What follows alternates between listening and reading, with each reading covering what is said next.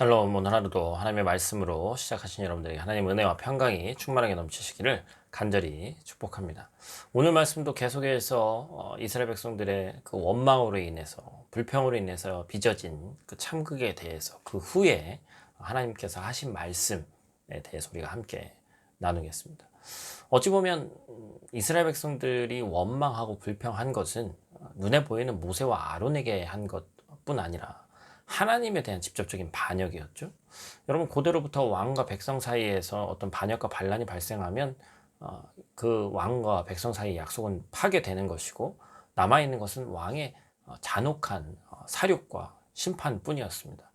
이제 이스라엘 백성들은 하나님께서 그들의 생전에 가나안 땅에 들어갈 수 없다고 말씀하셨고, 그리고 자신들의 힘으로 도전한, 아직도 감을 잡지 못하고 하나님의 뜻을 모르고 가나안 족속들과의 첫 번째 대결은 처절한 패배로, 실패로 끝이 나고 말았죠. 그들은 이제 갈 곳이 없어졌습니다. 광야는 그들이 살아가기에는 척박하고 힘든 땅이죠. 그들이 왕이신 하나님의 진노와 자신들의 무능과 무기력함으로는 아무것도 해결할 수 없는 상황 가운데 놓여진 것이 바로 오늘 본문의 상황입니다. 그때 하나님께서는 오늘 말씀을 통해서, 모세를 통해 하나님을 섬기는 율례와 법도를 가르치십니다.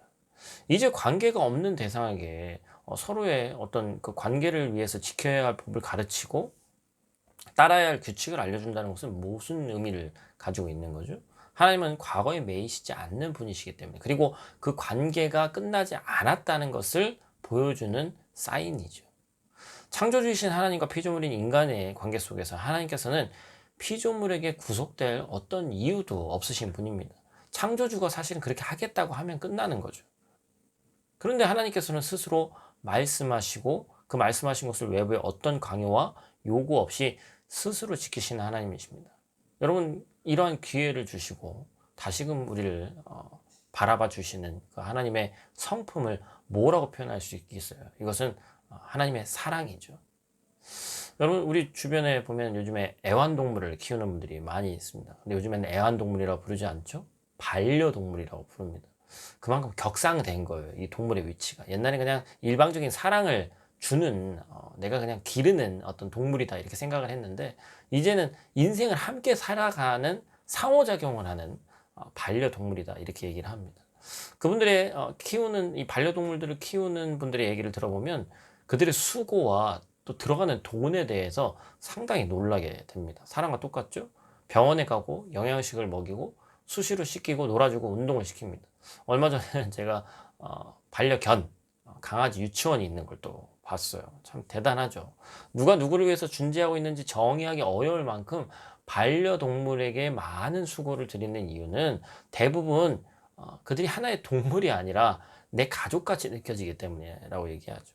자연계에서 살아가는 수많은 짐승들이 적자생존과 냉혹한 자연질서 속에서 죽어갑니다. 그러나 집에서 내가 키우고 있는 애완동물, 이 반려동물들은 그저 하나의 동물이 아니라 가족이라는 관계성이 생겨나고, 그래서 심지어 관계가 없는 사람보다도 더 많은 헌신과 사랑을 받게 되는 것이죠. 이처럼 관계는 서로의 존재를 특별하고 대체 불가하게 만듭니다. 하나님께서 명하시는 율례와 법도는 하나님과 함께 살아가기 위한 약속입니다. 하나님과 관계를 맺고 살아가기 위한 규칙이고, 그 율례와 법도를 통해서 피조물인 인간은 눈에 보이지 않는 하나님과의 관계를 의식하고 확인하면서 살아가는 거예요. 성경 말씀에 나와 있는 또한 그런 율례와 법도를 불편한 감정을 가지고 불편한 마음으로 바라보는 성도들이 있습니다. 여러분, 그러나 지켜야 할 언약이 있다는 것 자체가 감사한 일입니다.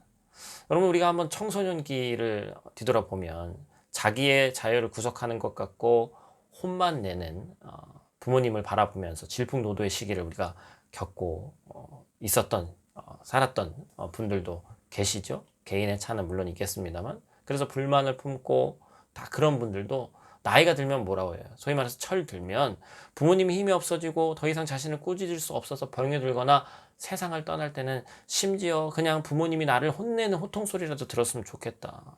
잘못하면 꾸짖어주는 그 소리라도 들었으면 좋겠다. 왜냐면 그것이 나를 향한 진정한 사랑이었다는 것을 뒤늦게 깨닫기 때문입니다. 하나님께서 꾸짖으신다는 것은 우리와의 관계가 남아있고 또한 우리를 사랑하시기 때문이라는 것이죠. 하나님께서 우리에게 율례와 법도를 요구하시고 지키도록 명령하시는 것은 하나님과 우리의 관계가 그리고 교제가 남아있다는 것을 의미합니다. 우리에게 주어진 율례와 법도를 감사할 수 있는 믿음이 있고 하나님께서 주신 말씀과 명령 속에 담긴 사랑의 의미를 기억하는 오늘 하루가 되시기를 간절히 축복합니다. 기도하겠습니다. 하나님 감사합니다. 우리와 함께하기 위해서 주신 율례와 법도의 소중함을 우리가 기억할 수 있도록 하나님 도와주시옵소서.